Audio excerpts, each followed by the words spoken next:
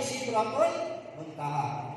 Hadis-hadis yang menceritakannya adalah hadis-hadis sahih dan mutawatir. Mana mutawatir tidak boleh dipungkiri, tidak boleh dinafikan bahwa Rasul Mi'raj menghadap Allah Subhanahu wa taala. Jadi peristiwa ini itu apa bagi kita? Peristiwa ini adalah panduan bagi kita tuan. Peristiwa ini adalah panduan untuk melalui satu perjalanan menuju kepada Allah Subhanahu wa taala. Sekarang fitnah ini datang bermacam-macam. Dalam hadis dikatakan fitnah itu datang sebagai macam mana? Potongan-potongan malam yang gelap. Potongan-potongan malam yang gelap. Fitnah ini datang, belum habis fitnah ini datang lagi satu fitnah baru. Belum habis ini datang lagi fitnah baru. Ini yang berlaku. Cuma yang belum berlaku pagi kita Islam, petang jadi kafir. Itu belum lagi lah, belum nampak lagi. Ya? Tapi banyak sudah yang mau murtad. Banyak. Heboh di Facebook, heboh. Ada sudah juga yang murtad. Macam-macam tuduhan. Sebab tidak mendalami ilmu Allah Subhanahu wa taala, hati mereka zulm. Jadi kita balik kepada peristiwa Isra Mi'raj. Apa yang dilalui oleh Rasul sallallahu alaihi wasallam dalam melakukan perjalanan? Yang pertama, Rasulullah didatangi oleh Jibril dan Mikail. Ini yang pertama. Kita baca hadis di mana pertama ini. Kemudian Rasul sallallahu alaihi wasallam dibawa di tepi sumur Zam-Zam, kemudian dibaringkan, kemudian dibelah dadanya. Dibelah dadanya kata para ulama bukan berlaku ketika peristiwa Isra Mi'raj sahaja. Sewaktu Rasulullah masih kecil, kemudian waktu usia 10 tahun, kemudian di usia remaja, 4 kali. Ada ulama menyatakan 4 kali Rasulullah dibelah dadanya. Rasulullah dibelah dadanya untuk apa? Rasulullah dibelah dadanya dicuci hatinya dengan air Zam-Zam. Ada satu riwayat dalam hadis mengatakan maka dikeluarkanlah ketulan darah hitam yang ada dalam hati Rasulullah SAW. Ditanya ulama, ditanya oleh muridnya, bukankah Rasulullah itu memiliki sifat-sifat yang mulia? Memang Rasulullah itu sudah mulia sifatnya, terkenal dengan Al-Amin, tidak menendam. Kenapa ada ketulan hati? Apa ketulan darah hitam yang ada di hati Rasul? Kata ulama itu memang begitulah Allah Subhanahu wa taala menciptakan semua manusia. Kalaulah Rasulullah itu diciptakan tak ada hatinya itu, tidaklah Rasulullah itu jadi seperti mana manusia, seperti mana kita ini. Kan ada basyarun mislukum kata Rasul, kata Allah dalam surah Al-Kahfi, akhir surah Al-Kahfi. Aku ini manusia biasa seperti mana kamu. Maknanya setiap kita di tuan-tuan, setiap kita ini ada ketulan darah hitam yang ada di hati kita. Jadi ketulan darah itulah yang dibersihkan ketika peristiwa Isra Mi'raj. Dimasukkan dengan ihsan, dimasukkan dengan iman, dimasukkan dengan ilmu, kemudian ditutup, dicop dengan khatimul anbiya. Jadi inilah perjalanan kalau kita mau lakukan. Yang pertama tuan, bersihkan hati kita. Bersihkan hati. Dari dulu sampai kita nampak ada ketulan darah keluar kan? Iya, sampai nampak ada ketulan darah keluar. Sampai begitu sekali. Adalah amalan. Amalannya dengan apa? Ala inna bi dzikrillah tatma'innul qulub. Ketahuilah dengan berzikir Allah, tatma'innul qulub. Hati akan jadi. Hati kita akan tenang dengan berzikir Allah. Ataupun kita mau meningkatkan keimanan kita, la ilaha illallah, zikir dengan kalimat tahlil. Jangan lupa zikir kita setiap hari. Istighfar kita ada, Rasul istighfar 100 kali. Kita satu hari berapa kali? Hanya diri kita lah, kan? Kata Rasulullah 80 kali dan ke 100 setiap hari. Rasulullah dimaksud kita hanya diri. Kita ada istighfar. Kemudian kena ada ucapan tahlil, la ilaha illallah. Kena ada ucapan tahlil dalam kehidupan kita. Untuk apa? Untuk tingkatkan iman kita. Jadilu imanakum aksiru biqauli la ilaha illallah. Perbaharuilah iman kamu dengan banyak ucap la ilaha illallah. Kadang-kadang iman kita lemah karena kita tidak bertahlil. Tahlil setiap hari tuan-tuan. Kalau mula-mula ambil 100 dulu lah, nanti tambahkan sedikit. Kita akan dapat rasakan janji Allah pasti benar. Buat insya-Allah. Kemudian apa lagi? Selawat kepada Rasul sallallahu alaihi wasallam. Jadi kalau ada yang sanggup selawat satu hari 1.000 kali, satu hari ya, satu hari bukan sekali dulu, satu hari 1.000. Maknanya bolehlah bisa-bisa. Lepas subuh aku baca 300 kan, nanti zuhur begini, nanti duha begini, sampai 1.000. Dalam hadis dia menyatakan bahawa mereka yang berselawat kepada Rasulullah 1.000 kali, nanti di depan pintu surga ini bahunya dengan bahu kuning bergeseran. Maknanya bersentuh bahunya dengan bahu. Tapi lazim ini maknanya istiqamah dalam amalan. Kemudian yang keempat, ini untuk hati tadi. Kita lazim ucap Allah, Allah, Allah, Allah, Allah, Allah, Allah, Allah, ya Allah, Allah, ya Allah. Zikir Allah, Allah, Allah. Ini Allah perintahkan dalam Al-Quran, ya ayyuhalladzina amanu dzkurullaha dzikran katsira. Sampai jam 8 kan? Saya ikutin tadi. Wahai orang-orang yang beriman, ucaplah ucapkan sebanyak-banyak. Zikirlah, ucapkanlah Allah atau zikirlah Allah dengan zikran katsira, dengan ucapan yang sebanyak-banyak. Ini yang dikatakan wasilah tadi yang saya baca dalam surah Al-Maidah. Ini yang wasilahnya. Terkeluar dari sunnah kita, dicontohkan di dalam peristiwa Isra dan Mi'raj Rasul sallallahu alaihi wasallam. Dibelah mata, dibersihkan. Kemudian melakukan perjalanan menaiki Buraq. Bila berlaku perjalanan Rasulullah sallallahu alaihi wasallam dipanggil oleh sebelah kanan, dipanggil sebelah kiri. Ini kita tahulah populer cerita ini. Datang wanita tua memanggil Rasulullah, Muhammad, tunggu sebentar. Saya ingin bertanya kepadamu, tapi tidak dipedulikan. Sampai Masjid Al-Aqsa, Jibril bertanya kepada Rasulullah, apakah yang berlaku kepadamu wahai Muhammad? Kata Rasulullah SAW, aku dipanggil di sebelah kiriku, aku dipanggil di sebelah kananku, dan aku dipanggil oleh seorang wanita yang mengenakan tua, yang mengenakan perhiasan yang mewah. Tapi aku tidak mempedulikannya. Kata Jibril, sesungguhnya yang memanggilmu di sebelah kanan itu adalah Yahudi, panggilan Yahudi. Sebelah kirimu adalah panggilan Nasrani.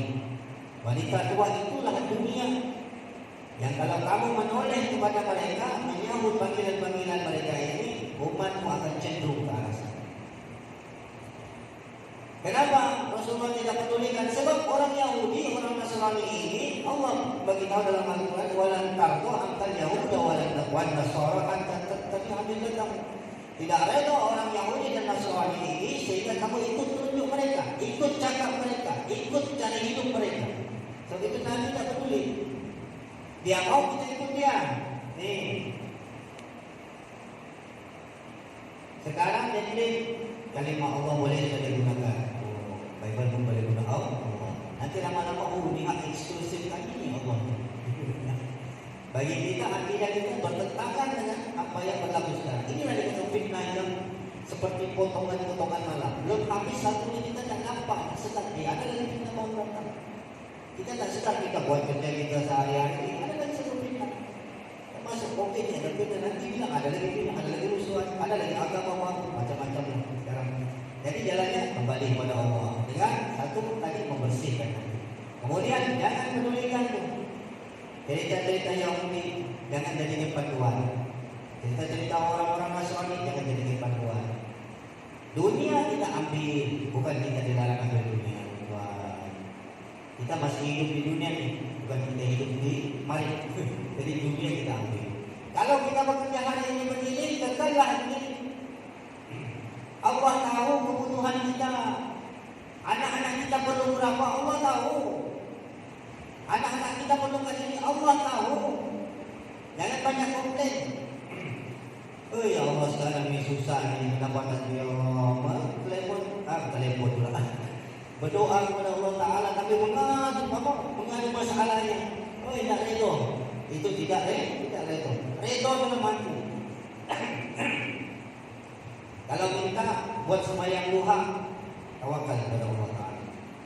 Itu kan caranya dalam Islam. Salat duha, minta rezeki kepada Allah Ta'ala. Tawakal, lepas itu serahkan kepada Allah Ta'ala. Nanti Allah akan datangkan rezeki dengan jalan yang tak disangka-sangka. Bukan bila orang mestinya yang gaji, ada jalan lain, ada jalan sini, ada jalan sini. Allah Maha Kaya akan kita. sampai di Masjid Aqsa. Dalam perjalanan ada riwayat menyatakan bahwa Rasulullah dibawa di mana oleh Jibril alaihissalam, di mana tempat Maryam melahirkan Isa alaihissalam, melawat Bukit Tursina, di mana tempat Nabi Musa berkata-kata dengan Allah Subhanahu wa taala. Maknanya apa tuan? Maknanya ziarah. Kalau kita mau ziarah boleh di tempat-tempat yang nyata ada barokahnya. Ada pahaman bilang, "Woi, kenapa mau berdoa di situ?" Nabi Zakaria dia sudah usia lanjut, tak ada anak. Dia menjaga Maryam, ibu pada Nabi Isa alaihissalam. Dia bikinkan mihrab. Mihrab di mana yang dibilang kan tempat Maryam sholat. Jadi dipilih Maryam ini satu ketika dia masuk, Nabi Zakaria masuk. Ada buah-buahan. Ini bukan musim buah ini, tapi kenapa ada ini? Tanya kepada Maryam, dari mana kamu dapat buah-buah ini? Kata Maryam, ini daripada Tuhanku. Maka malaikat datang antar makanan kepada Maryam. Di situ Nabi Zakaria berpendapat bahwa tempat ini barokah. Maka Nabi Allah Zakaria berdoa kepada Allah Taala, minta dikurniakan zuriat. Sebab itu Allah makbulkan, diberikan Yahya alaihi salam. Jangan lepas peluang, jangan ambil maman. Oh, berkah hanya Allah Taala saja. Oh, tak ada makhluk, tak ada syirik. Dia tak tahu Nabi Allah Yakub matanya sembuh dari buta. Ini disebabkan apa? Sebab menggosok matanya dengan baju Nabi Yusuf. Kata adik-adik Nabi Yusuf, sesungguhnya ayah anda sedang dalam keadaan buta. Kenapa buta? Dia menangis terus diingatkan engkau. Ini adik-beradik Nabi Yusuf lah. Kari-kari kasnya. Kata Nabi Yusuf, pulanglah kamu, kemudian bawalah baju putih. Dibawakan baju, Nabi Yakub tahu lah, dia pun Nabi. Dibawakan Nabi, dia cium macam bau Yusuf. Dimasukkan di matanya, terus dapat tadi lihat. Nabi Allah Sulaiman alaihissalam ada cincin. Ini datang rambut yang disebutkan kepada Rasulullah SAW, dicium. Apa cium rambut dia? Ada di bawah. Kalau cari di YouTube banyak. Kita baca Quran, dicium. Itu amalan kita kan? Kita baca Quran. Dari kecil kita belajar begitu. Untuk apa dengan dicium? Tak ada contoh dari Nabi. Hajarul Aswad itu dicium. Kenapa? Mulia. Begitulah Al-Quran. Jadi kita potong cerita banyak. 10 minit. Okey. Jadi setelah sampai di Masjid Al-Aqsa, Mi'raj, baginda Nabi Rasulullah SAW Mi'raj di atas, diangkat oleh Allah Subhanahu Wa Taala. Maknanya bila Mi'raj ni, langit pertama, langit kedua, langit ketiga, jumpa para nabi. Apa yang kita boleh jadikan panduan di sini? Tingkatan-tingkatan dalam kita berjalan menuju Allah Taala itu ada. Ada tahapnya. Orang ni makamnya di sini ni. Rasulullah dia tak terus boleh. Kalau Rasulullah Allah berkehendak, tak payahlah langit. Allah itu kan fa'al lima yurid. Allah dia akan melakukan apa yang dia inginkan. Itulah Allah. Terus direct saja. Tak payah pakai lift kan kita sekarang terus sampai tingkat 18. Tak payah lagi tingkat 1, tingkat 2, tingkat 3. Kenapa perlu melalui tingkat-tingkat? Bertemu dengan Nabi Adam alaihissalam, kemudian bertemu dengan Nabi Isa dan Yahya, bertemu dengan Nabi Yusuf, bertemu dengan Nabi Idris, Nabi Harun, sampai Nabi Musa, sampai Nabi Ibrahim di tingkat itu. Maknanya tuan, 7 tingkatan ini. Ada tingkatan-tingkatan bagi kita yang mendalami ilmu untuk membersihkan jiwa. Sebab kata para ulama tasawuf bahwa nafsu kita ini dia ada 7 tingkatannya. Yang pertama amarah bisu. Kemudian yang kedua, bila kita bersihkan amarah ini macam mana? Dia mau kita buat yang bagusnya. Kalau Allah tarik hidayahnya kepada kita, kuasa itu kita tak sanggup. Tapi diblok tu nafsu tu. Itulah hidayah Allah Ta'ala. Kita pun heran kadang-kadang. Macam kalau orang yang mengatakan apa, yang merokok kan, dia bilang, kalau puasa tahan aku, tapi kalau tak puasa ni, kita tahan. Kenapa puasa tahan? Sebab Allah berikan hidayah betul. Tutup tu nafsu. Yang pertama tu amaratul bis. Inna nafsal amaratul bis. Bila ia dibersihkan, dia akan meningkat kepada nafsu lawa. Nafsu ini macam mana kita tahu kita nafsu lawa? Kita protes diri kita, menyesali diri. Kita menyesali diri maknanya kita belum kuat, kita melakukan kesilapan juga, tapi kita cepat insaf. Air mata cepat keluar. Kadang-kadang kita berperasaan, orang ini duduk sembang-sembang di situ, kita pun macam macam tak suka sudah lah benda-benda begitu. Ini kalau jumpa setan, dia bilang, boleh kau ni, hebat sudah kau ni, martabat kau ni hebat ni. Sebab itu belumlah belajar kan, perlu ada ilmu.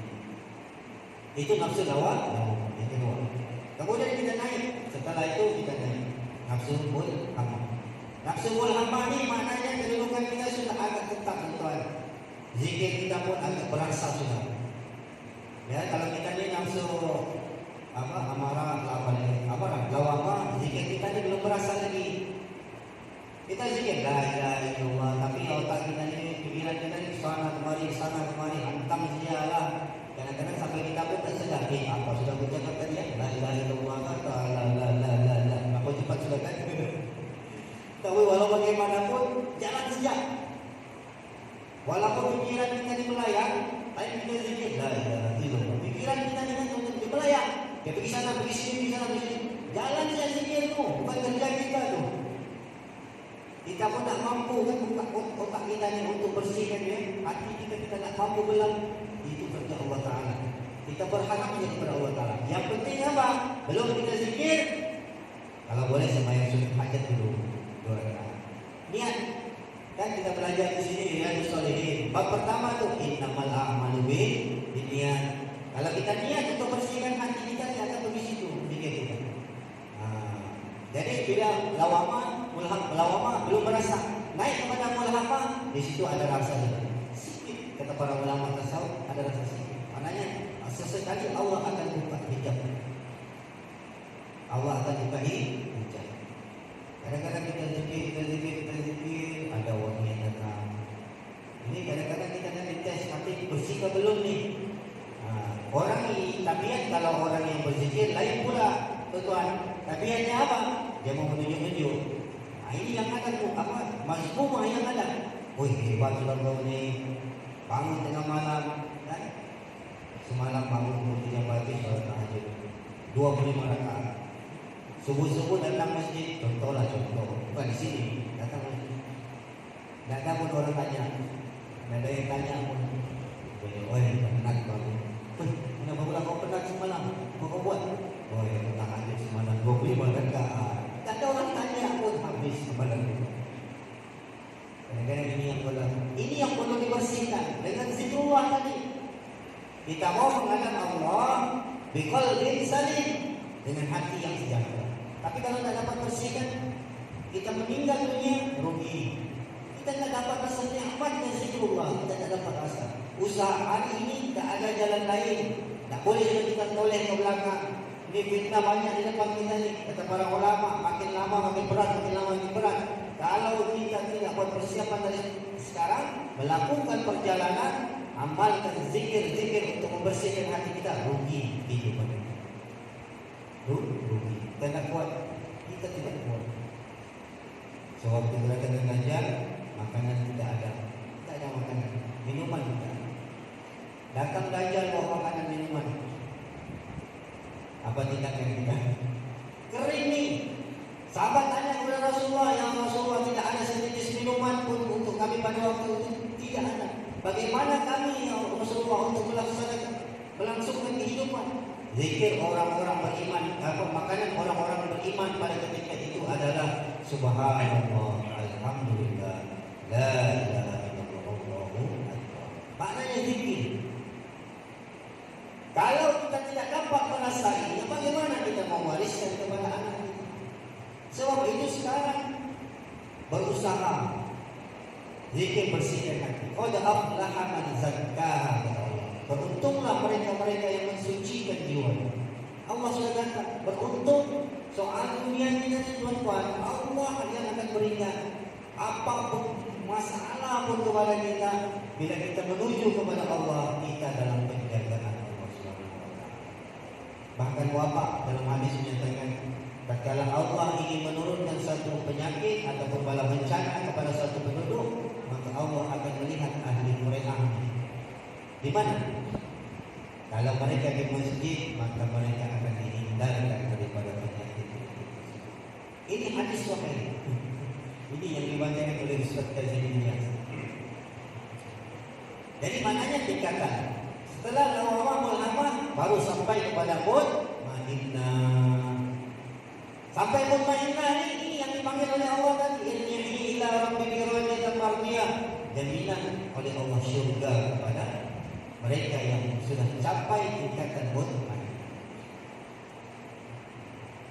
Dan kunci utamanya adalah tetap melaksanakan solat. Banyak orang, ramai orang yang belajar ilmu tasawuf, belajar ilmu hakikat, tapi solat pun dia sudah tinggal. Dia tak solat tu. Bila kita tanya kenapa kau ni kamu sembahyang, dulu sembahyang, belajar, makin tinggi pelajaran macam makin baru masih sembahyang. Weh, ayah aku sembahyang. Kenapa? Kalau aku sembahyang dengan aku berdua ke Tuhan. Weh, ayo berdoa aku pun tak faham. Ada aja jumpa orang begitu. Di KL dia jumpa. Itu saya dulu jalan-jalan di KL jumpa kawan begitu. Kaki. Dari mana ilmu kau dapat? Rupanya dia dapat ilmunya dari itu Nobel. Allahu Akbar. Kau baca Nobel kau pengaruh. Pergilah jumpa ulama, jumpa ustaz, jumpa ustazah. Cari ilmu. Bukan baca Nobel. Jangan ditinggal solat. Solat adalah kunci. Di akhirat kelak bila Allah buat persidangan, yang pertama sekali Allah akan periksa solat. Bila solatnya beres, yang lain pun beres. Tapi walau macam mana pun kita zikir, bersihkan hati, solat kita tinggal tuan. Inilah tujuan utama Allah panggil Rasulullah untuk Mi'raj. Kita tinggal dalam kehidupan kita, hidayah jauh daripada kita. Itu yang orang cepat terpengaruh, jadinya ayat jadi ada yang perempuan tu lagi. Ada kan yang baru-baru ini kes perempuan tu, agama baru. Kenapa dia sanggup begitu? Sebab dia merasakan. Dia merasa sesuatu. Orang-orang Hindu pun merasa sesuatu. Tapi siapa yang bagi rasa tu? Adakah Allah Ta'ala bagi rasa? Bukan Allah Ta'ala yang bagi rasa. Jin, syaitan, dia berkopil, hebat. Muncul-muncul dajjal pun hebat. Jangan tinggalkan solat. Itu yang pertama. Itulah Isra dan Mi'raj. Matlamat perjalanan ni dia tidak akan sempurna kalau tinggalkan solat. Tapi bila kita tetap mendirikan solat, wasta'inu bis-sabri was-salat. Minta tolong dengan Allah dengan jalan sabar dan tetap mendirikan solat. Jangan tinggal solat, itu perkara pokok. Kalau zikir-zikir ini kita tinggal, jadi masalah, ada sunat. Kalau solat kita tinggal, hukumnya haram. Jadi setakat ini mudah-mudahan dapatlah kita bekal untuk kita bawa balik. Apa yang paling penting sekali yaitu kesedaran insaf bahawa sekarang bukan masa untuk kita noleh ke belakang, berpoya-poya dan sebagainya. Sekarang untuk kita melakukan perjalanan. Mulai malam ini kita rutinkan dalam kehidupan kita dengan zikir-zikir tadi. La ilaha illallah, istighfar, jangan lupa minta ampun kepada Allah Ta'ala. Zikir la ilaha illallah, tambah keimanan. Selawat kepada baginda Rasul sallallahu alaihi wasallam, membuka hijab. Kemudian kita zikir Allah untuk bersihkan hati kita. Kalau makin banyak kita zikir Allah makin kita akan merasakan, dapat rasa. Kita boleh cari ilmu pun apa, ilmunya turun cari ilmu. Nanti cari banyak kan? Tadi tuan imam kita berkata, boleh cari tadi. Hidupkan halakah kita untuk kita dekat dengan Allah Subhanahu wa Ta'ala. Jadi mudah-mudahan apa yang disampaikan ada baik dan manfaatnya bagi kita semua. Mohon maaf atas segala kekurangan. Mungkin apa yang saya sampaikan bukanlah apa yang Tuhan harapkan. Kesalahan adalah kelemahan saya dan yang baik adalah dari Allah Subhanahu wa Ta'ala. Usikum wa nafsi bi taqwa. Assalamualaikum warahmatullahi wabarakatuh.